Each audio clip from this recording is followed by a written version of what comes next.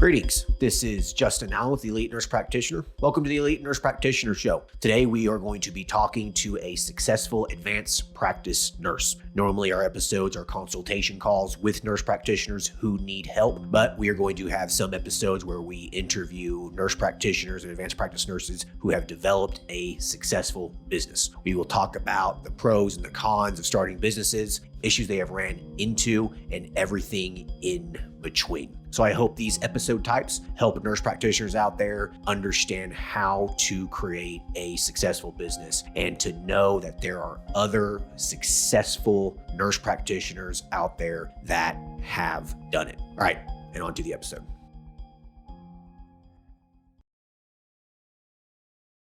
Hello, everyone. Today's episode is going to be slightly different. We will not be talking with a nurse practitioner, but instead talking with Dr. Chris Seitz, who is a CEO and partner of Guardian Medical Direction. His company is partnered with the Elite MP for our Physician Collaboration Network as they provide affordable and actionable collaboration and directorship for those that need it. Today, we'll be talking about collaboration and medical directorship for the nurse practitioners and RNs who need an overseeing MD or DO. We will also discuss the legal aspects of practice and how to grow with a medical director. Hey, Chris, how are you? Good. Thanks so much for having me. Yeah, man. No, thanks for hopping on here. I really look forward to this conversation. I think we're going to be able to enlighten a lot of listeners about, collaboration and some of the legal aspects about practice. So yeah, go ahead and introduce yourself and just kind of let us know your background. What is it you do? Sure. Yeah. So my name's Chris Seitz. I'm actually a board certified emergency physician. I did my residency at Beaumont Hospital, and I'm based in the Metro Detroit, Michigan area. I worked in Detroit for 2 years, and then I actually started doing travel medicine. I've got like 15 state licenses, so traveled the last couple of years, 4 or 5 years, just doing travel medicine. But now, yeah, as you said, now I serve as the Chief Executive Officer and Chief Medical Officer for Guardian Medical Direction, where I also am a co-founder. And really what Guardian Medical Direction's mission is we like to say so that every provider can have a practice, especially where things have changed in digital health and with the mass exodus from the hospital-based healthcare system and just where things are going in medicine. I mean, we have to pivot to a healthcare world where truly every provider, compliantly and legally works within their scope of practice, but increases access to care that way. The days of like the physician being solely responsible for everything, it just didn't work. We saw that. And it's time to move and pivot. So we're excited to be kind of doing something different in the space. And what our platform does right now is we connect nurses and nurse practitioners to physician medical directors and collaborators, help them kind of navigate the compliance landscape so that they can quickly get their own businesses up and off the ground, whether it's IV hydration or a medical spa, it's telemedicine, primary care. I mean, a lot of the courses that the Elite MP teaches, like I said, we can provide the oversight for those types of models. And each state's very different, but we pride ourselves on partnering with the different boards of medicine, boards of nursing, and departments of health to really make sure that we're doing it the right way so that everybody wins. Cool deal. So what would you say to the RN or nurse practitioner out there that is like on the fence about, starting their own practice because of this fear of getting a collaborator director? Because I get emails or messages all the time and they put up this huge roadblock for something as simple as getting a collaborator. So what would you say to the people out there that are just scared, like that's their roadblock? Yeah, for sure. Well, I mean, so first of all, recognize that, the landscape is changing. I was actually surprised when we first went to market with Guardian Medical Direction and our platform. I actually, as a physician, thought to myself, man, I wonder if I'm going to get some pushback from doctors because, we're empowering nurses to start their own stuff. And, I don't know if doctors are going to like that. We have 4, 5, 6 doctors reach out to us a week wanting to be on our platform. Wow. You would be really surprised. I think that maybe it's a culture thing but I think it's changing. You'd be so surprised how many physicians are happy to help, want to be a part of what you're doing, want to see medicine go that way, know that it needs to, and are literally just super passionate about coming together with other healthcare practitioners to do this stuff. So I think my piece of advice would be both as a business owner and as a clinician, it's easy to be scared and think about all the things that might not go well, but you're missing an opportunity. There's so much opportunity out there right now. And again, like I said, we're a great fit for, someone who's looking for, a medical director collaborator. We have a ton of physicians on our platform, ready and eager and willing to help and guide and educate. It depends on the state sometimes and where our pipeline looks like, but usually we can have people up and running with a medical director within 2 or 3 days. We really have, there's a lot of interest out there and a lot of physicians are more and more comfortable, operating these kind of roles. So. Gotcha. So would you say then the hateful docs are really the outliers anymore. Maybe the older ones that really, don't want to see, nurse practitioners open their own practice and whatnot, because, we get a lot of, I wouldn't say hateful emails or something, but you definitely, hear comments. You do. Yeah. No, and absolutely. And I think you're going to run into that too. Let me just put it that way. Like, that's definitely going to be out there. One thing you'll find is, and I'm sure you know this, is running your own business, that like when people are upset, it's because you're doing something. Like if no one's upset, you're probably not really disrupting anything and making a big impact to some extent, right? I mean, so I think sometimes you can take that with a little bit of almost encouragement, like, oh, okay, this must be a true opportunity, because true opportunities usually disrupt someone else's status quo, which is fine. But yeah, I mean, like we get it. I actually had a physician reach out to me via Facebook. I don't know this person, all right? I just get this random Facebook message. Sure. There was a doctor on a physician forum I was on who had essentially reached out to the physician group and said, hey, I'm thinking about being a collaborator. I don't really know what it entails, but I'm excited to learn about it. Like, does anybody have any input? And I'm really careful about how I am, especially as a CEO of my company, like how I portray myself on social media. I responded and I just said, hey, it can be an awesome opportunity. Reach out to me. I'll let you know, like, my experience. I didn't say you should check out Guardian Medical Direction. I didn't try to recruit the person. I was just like, hey, like, I'm here to educate, want to educate. Just that comment. I mean, someone must have like followed the rabbit hole down to figure out like who I was and what I do. I got some Facebook message that was like, what did it say? Something along the lines of like, you are like degrading like the noble practice of medicine. I mean, this like, I was like, that's kind of crazy, right? So I really actually I decided to kind of take a step back. And you have to realize, I really preach a lot about like the coming togetherness in healthcare and showing each other grace, because if we truly want to change things, like we all have to really work together. And I'm not just talking about nurses and doctors. I'm talking about like attorneys and pharmacies. And I mean, everybody, educators, we really all have to decide that we really want to work together. That mentality that physicians have also just comes from a place of fear, right? Like I kind of did a little digging. This guy actually had just launched his own medical weight loss clinic as a doctor.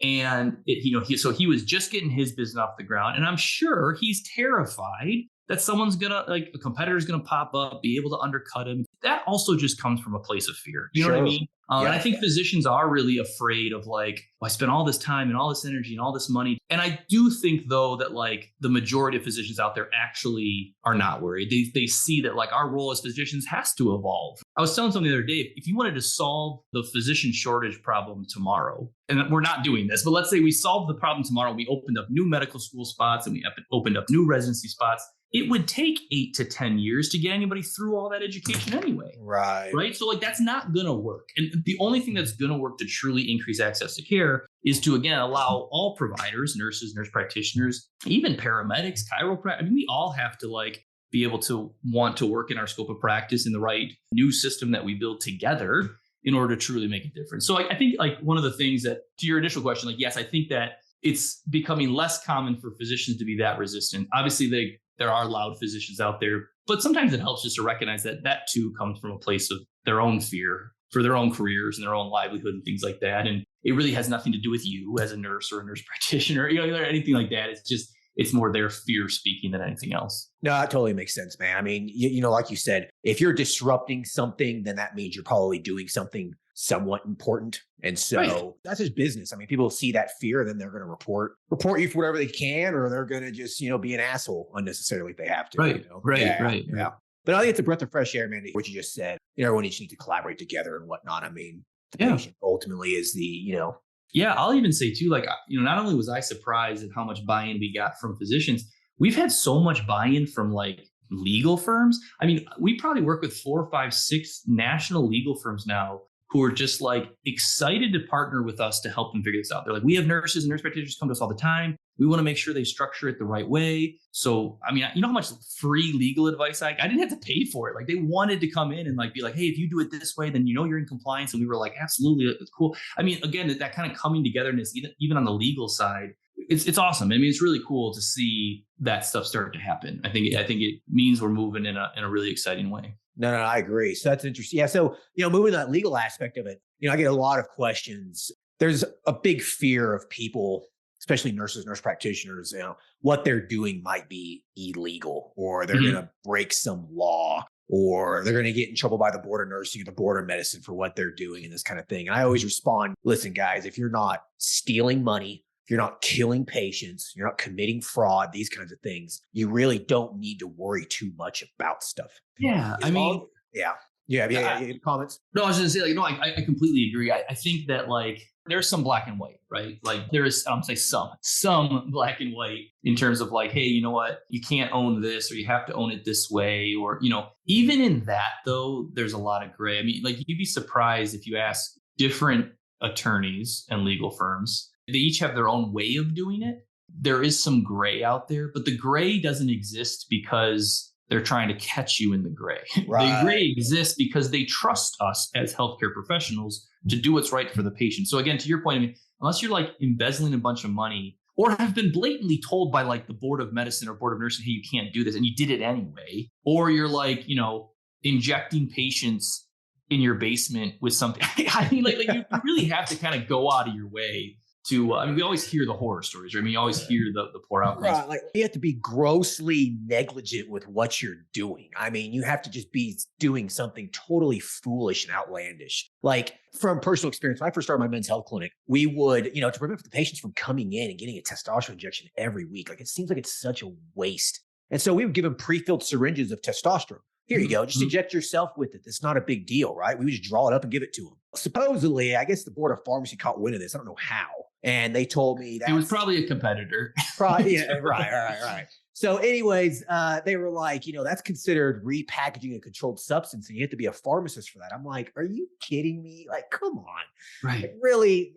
So I'm like, well, am I going to get in trouble for this? They're like, this isn't really a priority for us. So just stop doing it. And so I called the lawyer and the lawyer was just like, just don't do it. If they come in to check and you're not doing it anymore, don't worry about it. Like exactly. Yeah. Right. And people I think sometimes there's this fear again, and this theme of kind of fear. I think you talk about any industry, and especially if you're trying to be an entrepreneur, you're trying to launch your own thing, like, fear is a part of it. And fear can be healthy because it makes sure that you're putting yourself in checks and balances. But there's like a lot of undue fear in the healthcare legal space. So one of the things I found super helpful was to start to like pivot the way I thought about it. So what I started doing is saying like, what's the goal of the board of medicine, right? What's the goal of the attorneys that my clients are talking to? What's the goal of the pharmacy board? Because if you can understand what they're trying to prevent and then say, oh, okay, well, like so for instance, in the case of the pharmacy, right? Like their goal is to make sure people aren't like repackaging narcotics. Okay. Right.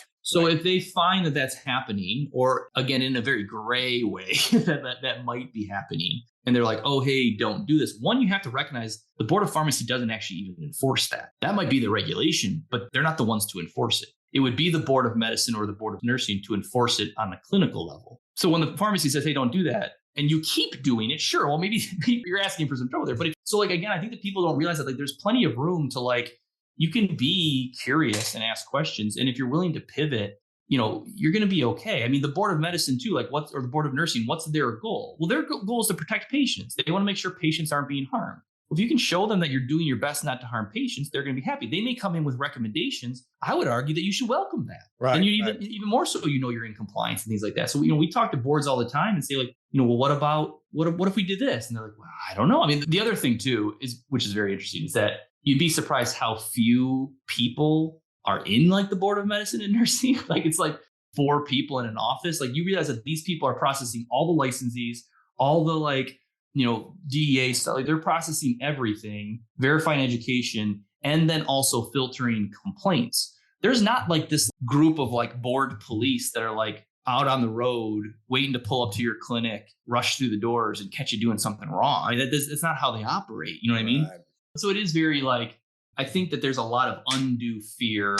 I always tease. I feel like it's at some point, I always say at some point in medical school, nursing school, there must have been a day where they told us that if we don't understand it, it must be illegal. And we're going to lose our license, right? And that's just not really true. We actually have a case going on in California right now where the nurse structured her clinic really well. And somehow the attorney general is investigating them. And I was we were helping them along because they're a client of ours and everything's going really well. And we were talking to the attorney general's office and I said, well, listen, like, is this something where the nurse or the doctor needs to be concerned about like their license being at risk? And they were like, oh no, we don't regulate licenses. We're just regulating the business. I mean, like there's such a separation between the two, you know what I mean? So like, so you're telling me worst case scenario is like this business might get a fine or they're going to be told to do something different. I mean, that should be welcomed. I mean, it's truly like I was giving a speech for an IV hydration conference, and I told people, I said, if you think you know what your healthcare business is going to look like in 2 years, you're wrong. You know what I mean? Like healthcare is changing. And like, if you're as a business owner willing to pivot and excited to pivot and excited to partner with people like the Board of Medicine, like attorneys, to just keep doing it better for your patients, you're going to be fine. There's really nothing you have to worry about. There's a lot of fear out there though. So. I completely agree. It's unfounded. You're not going to lose your license. I mean, you really have to really, really screw up to lose your license. Like, yeah, I mean, you have to be pretty negligent to your point to like to get there, you know. Overlooking some USP regulation for your IV hydration clinic. You know, you're not going to lose your license and you have a $100,000 fine. That's not going to happen. Yeah, no, absolutely. Absolutely. Right. Okay, well, no, that was super enlightening. So I guess I have a few specific questions for you. So an MSO, can you explain what an MSO is? A lot of people get really confused. Do they need one? What is one? Like, do you have much experience or knowledge about an MSO? Yeah, I've become an expert on it because it's a lot of what we do. So MSO stands for a managed service organization. I'm sure some of your listeners have heard of like CPOM or the corporate practice of medicine laws. Right. Yeah. We got to start there because first of all, the corporate practice of medicine is not a law. There are some states who have a more strict corporate practice of medicine doctrine, which is the idea and the doctrine that businesses probably shouldn't be telling nurses and doctors how to practice medicine. That's literally all the doctrine is. Now, there are laws and regulations that support that doctrine, and some states take it much more seriously than others. So in states like Texas and California and New York, where they have a lot of laws and regulations to back up this doctrine, again, understanding where it comes from is the first step. So you have to understand that the whole purpose of the corporate practice of medicine doctrine is to make sure that, like, I'm a doctor and CEO, but let's say I wasn't a doctor. As the CEO of my company, maybe we're doing patient care and I tell doctors, well, no, you can't do that because that's not going to bring us money. And doctors are like, oh, or nurses too, like, oh, well, we feel like this is what's best for the patient. This is how we're going to do it. And I'm like, okay, you're fired then. Like, that's not okay, right? I mean, everybody would agree that like business shouldn't be telling doctors and nurses. So that's the first piece to understand, is that kind of corporate practice of medicine doctrine idea. So in states that like are very more stringent about that structure. And which states are those, like, off the top of your head? So the ones that come to mind, I mean, the ones that have a lot of like laws and regulations and enforce it a lot are going to be California, Texas, New York, I believe Georgia, Michigan. And then, but overall, if like you Googled it, it would give you a list of like 20 states, because all states have some laws and regulations. Like, no state is out there being like, yeah, you don't have to be a healthcare provider at all. You can just literally open up a clinic. Like, it doesn't work that way. You know what I mean? So in terms of, but those are the ones that I think are more strict on it in that regard. So I always say, like, it's worth talking to an attorney to say, hey, should I set up with this MSO structure? And they can kind of tell you like yes or no. And if they say yes, that's fine. It's really not difficult to do. So really what it is that, and this is hard, I think, for nurses and nurse practitioners to understand sometimes, and physicians too, to understand, because you have to take yourself out of the healthcare part of this, right? So you have to strictly look at this from a business standpoint. So if the goal of corporate practice of medicine doctrine is to make sure that a business can't manage healthcare, then what a managed service organization is a business that runs the day-to-day operations business structure of a healthcare practice. But in a lot of states, a nurse or a nurse practitioner can't own a healthcare practice. Only a doctor can. Now, that being said, in some states, a nurse or a nurse practitioner can own the practice piece as well. But again, you have to take yourself out of it from a healthcare standpoint and just picture the business structures here. So you've got a managed service organization and you have a professional practice, like it's PLLC or a PC. Sure. And there's an agreement between those two, which is the managed service agreement, where the healthcare practice is saying, hey, I need you to manage the day-to-day business. I'm a doctor. I know how to treat patients, or I'm a nurse. I know how to treat patients. I know how to do IV hydration. I know how to do wound care, concierge medicine, whatever it might be. I know how to practice medicine. But I am contracting you as the managed service organization to manage the day-to-day, to do the marketing, to do the payroll. And as a part of that arrangement, I can say, hey, because you're doing all of that, I'm going to give you pretty much all of the profit, right? So what happens in a lot of these states is that if you're a nurse or nurse practitioner who wants to start, let's say, an IV hydration business, you as the business owner can only own the managed service organization. And you have to partner with a healthcare practice which can just be one doctor who's filed a PLLC, right? That could be the healthcare practice. And then you put a managed service agreement in place that basically says, hey, you as Nurse John are the nurse working under the healthcare practice, under that physician's medical directorship, right, under the healthcare practice to do the healthcare stuff. You as just John, right, take the nurse off of it, as the business owner, own the managed service organization and get to keep the profits and things like that. That's the general structure of it. And again, understanding why it's that way is the most important piece. The reason for that is that what the states want is that if the healthcare professional at any point felt like, you know what, this isn't right for the patients, or this is not the way I want to practice healthcare, they can basically sever that relationship. And because it's two separate entities, that managed service organization can't continue to treat patients. And that's really the point. It's just so that you have the ability to sever the practice of medicine if you need to as a healthcare professional. I got you. Okay.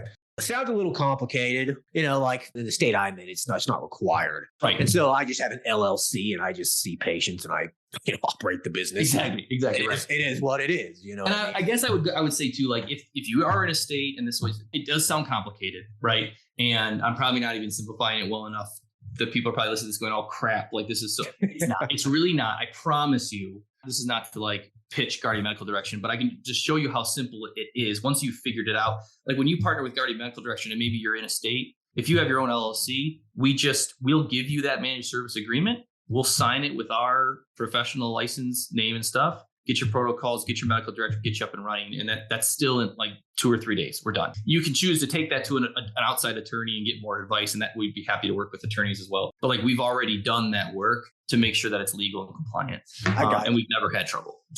So just to, I guess, calm anyone's anxieties that might be listening to this, you do not own the business. They still own the business. 100%. Yeah, they 100% own their business. Right. They are entitled to all the profits. It's just, again, some of it is just setting up the legal structure so that the state is happy. But yeah, you still own your own business. And actually, that's one thing I tell, like, do not give up equity in your business. No. I don't care if you use our services, if you use it, do not give a medical director or a physician collaborator or really anyone else any equity in your business. It's your business. The most powerful thing you have is your equity. That is the most valuable thing you have.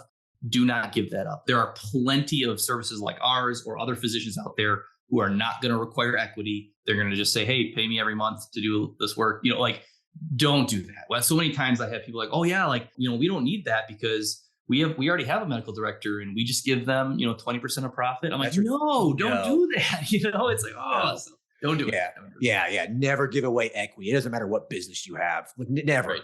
Absolutely not. Never pay someone 10%, 20%. It's ridiculous. Yeah. It's not scalable at that point, right? You can't really do it. So, but yeah, to calm people's nerves, like it sounds complicated.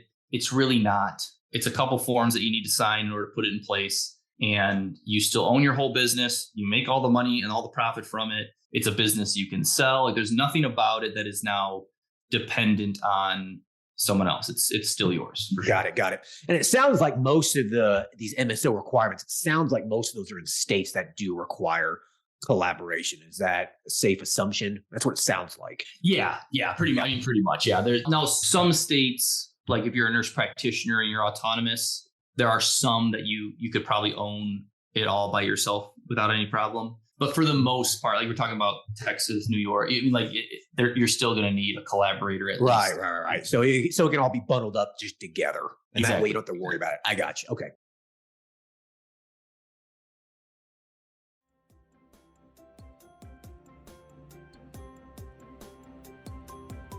All right. I hope everyone's enjoying the episode so far. I just wanted to take a quick break to thank everyone listening and also give a big thank you to all of my social media followers and email subscribers. If you haven't done so yet, please subscribe to our email list at www.elitenp.com and make sure to follow us on Facebook, Instagram, and LinkedIn. Email subscribers will receive updates on new weekly podcast episodes, multiple weekly articles we publish, new courses, and everything else related to helping you succeed. Remember, all elite nurse practitioner courses are designed to help you build a niche practice, increase your financial strength, and to break free from the rat race. If I can break free and that other countless nurse practitioners can break free, then so can you. Additionally, please share this podcast with your other nurse practitioner sisters and brothers out there. The more NPs that venture out on their own, the stronger our profession will become. Now, let's get back to the episode.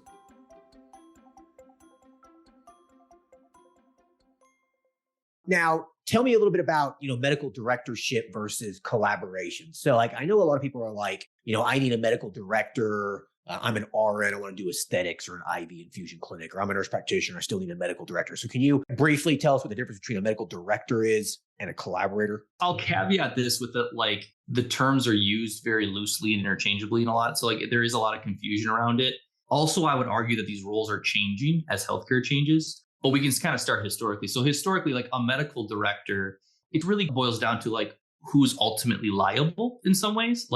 As a medical director, in some instances, I am the oversight for your clinic, meaning that if something goes wrong, it's ultimately kind of my responsibility. And now the way I protect against that is we have protocols and we put standing orders and procedures in place. But overall, I'm overseeing that, and I have to approve your education. I have to approve of the protocols and the procedures and the standing orders and all that kind of stuff. I do have a responsibility to make sure that those things are in place. As a physician collaborator, that's going to be more for nurse practitioners.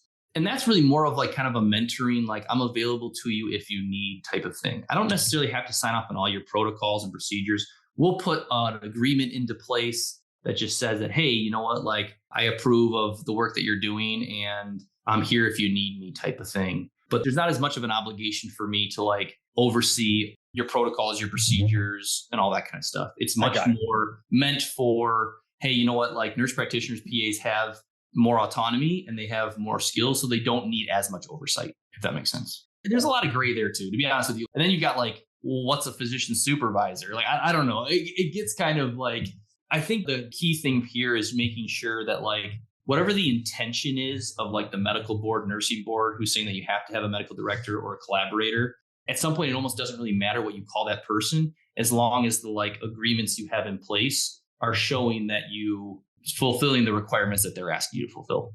I got you. So from a liability standpoint, then a medical director ultimately holds the liability. I mean, yes and no. So even in a hospital system, you think about some of these cases we've seen over the last year or so where nurses were, had something bad happen. The doctors weren't named, right? They were direct oversight in the ER, and the doctors still didn't really get named in those lawsuits. So, but they can be, right?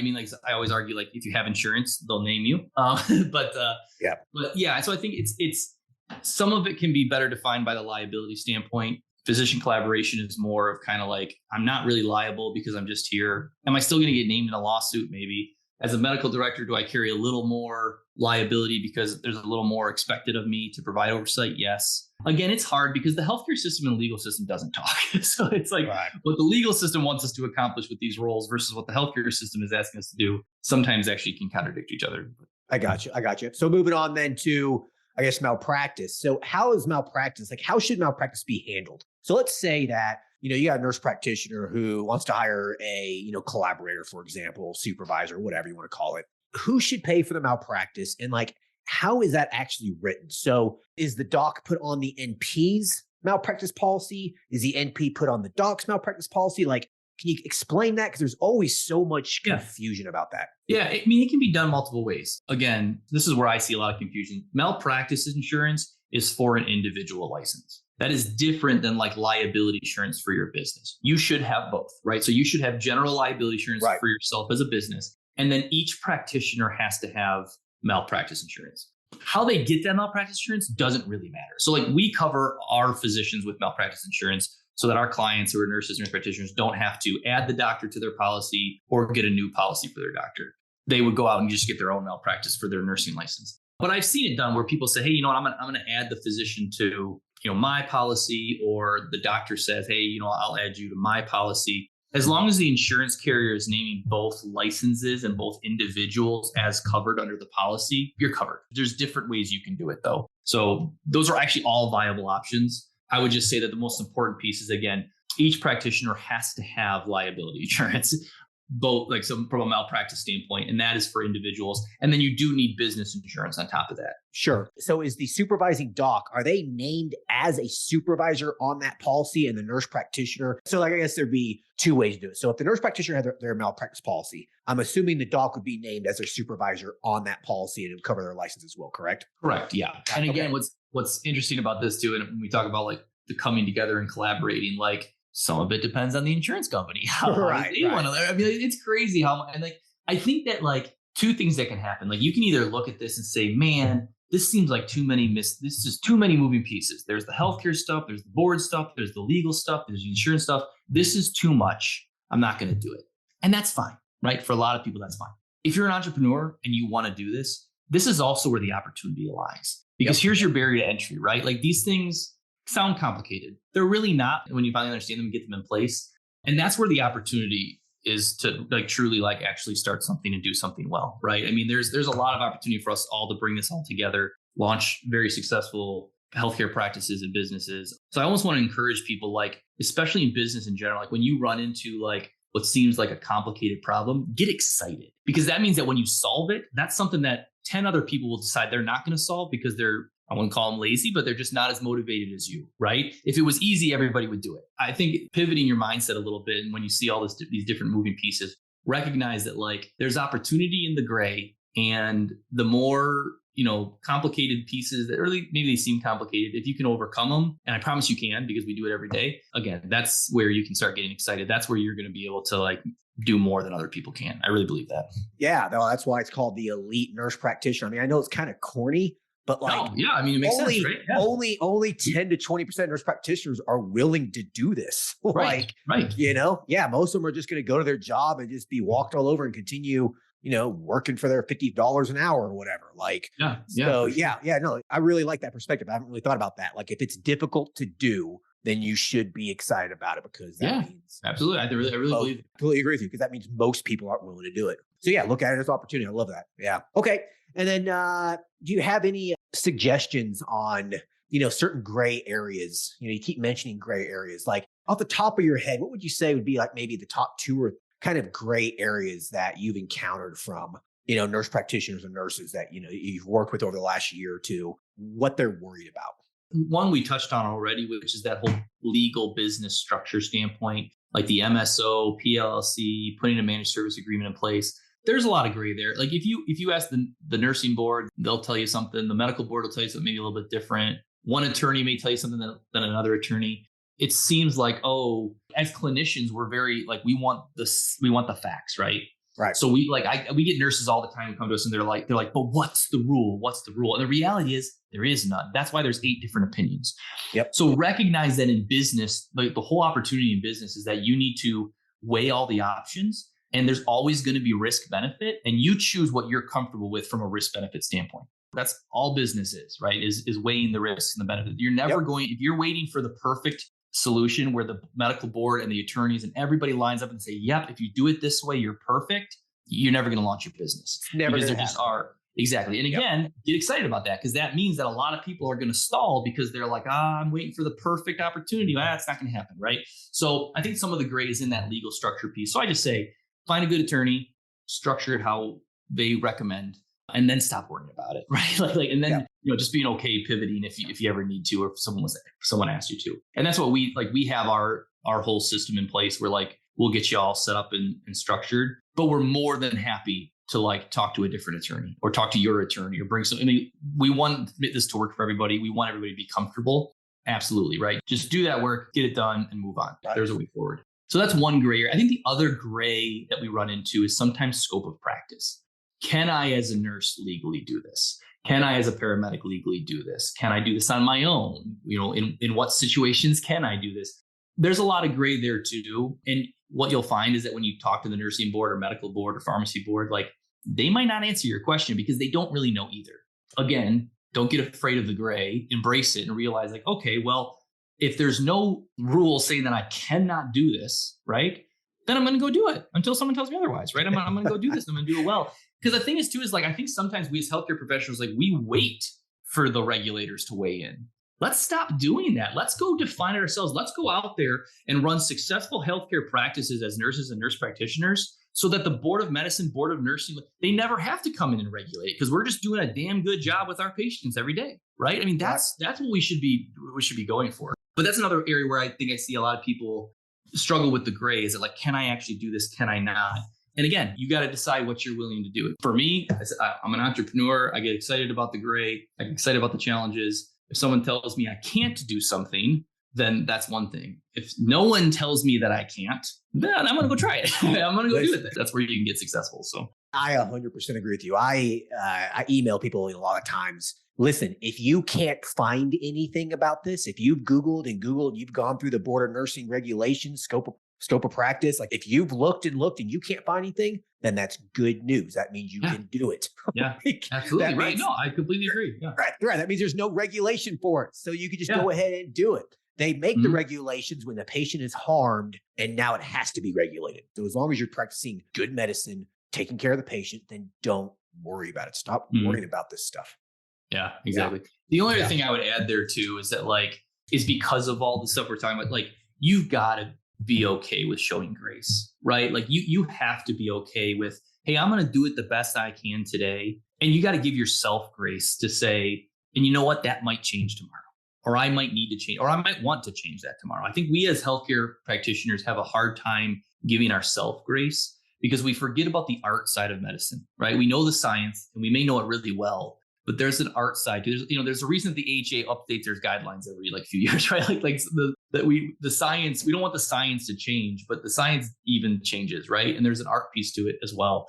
So being willing to show yourself grace to say, and give yourself permission to say, hey, you know what? This is how I'm going to do it today. And if someone tells me to do it different, I'm going to weigh those options and I'm going to potentially pivot.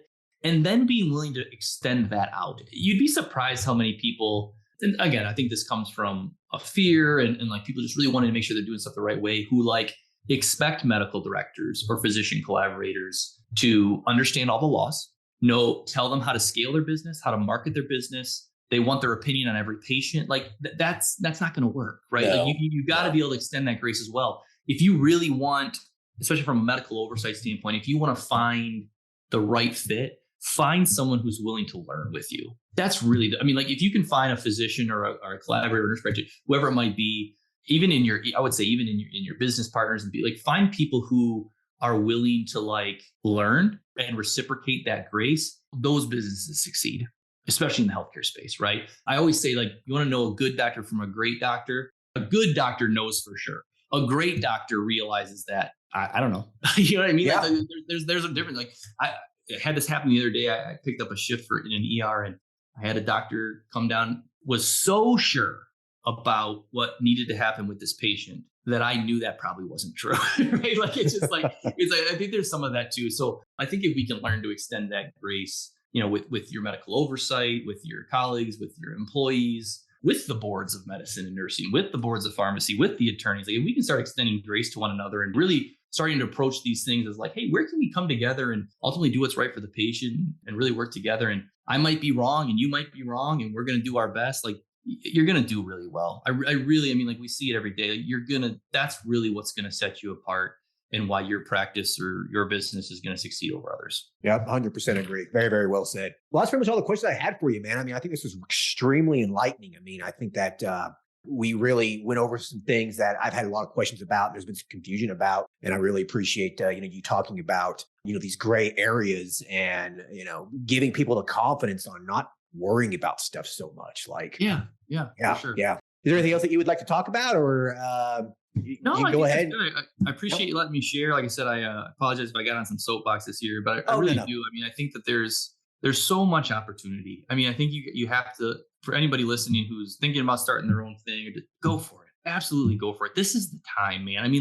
Everything's changing in healthcare, and we have an opportunity as practitioners to really define where this is going to go next. Don't wait for the regulators to chime in. You know what you know, and you know it well, and you should be confident in that. And if we truly want to make a difference, then we all need to come together and do so. And that includes the business side of it. Like I said, the best way we can provide care to our patients is if we can create profitable businesses that thrive. Really, it's absolutely true. You see these hospitals that are going under, and they have patient care issues, right? It's okay to recognize that, hey, for better or for worse, in the United States, we built healthcare on a profit system. So go build a profitable business and treat patients and do a good job with it. I mean, there's so much great opportunity. So I just encourage anybody interested or willing, like I said, take that leap, because it's very rewarding and a fun hard. Completely agree. If you're delivering value to the patient, excellent care, convenient care, I mean, you're going to succeed. It's really not that hard. Absolutely.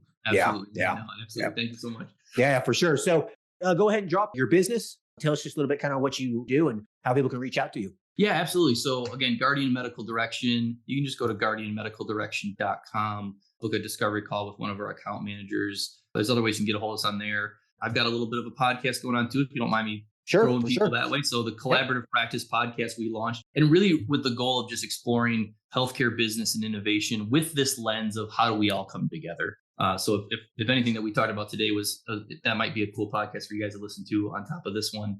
But yeah, I mean, like I said, we'd love to help you. If you're looking for advice or guidance, or like I said, ready to get launched and don't know where to go, like that's what we do. So we'd be happy to help. Perfect. Awesome. Well, hey, listen, I appreciate your time, man. I know you're a busy guy. And like I said, I think a lot of people are going to get a lot of value out of this podcast episode. I mean, I learned a lot, so I really appreciate you hopping on here. No problem. Anytime. Thanks so much, man. All right, cool, brother. Take care. Take care. Bye-bye. Bye, man. Bye.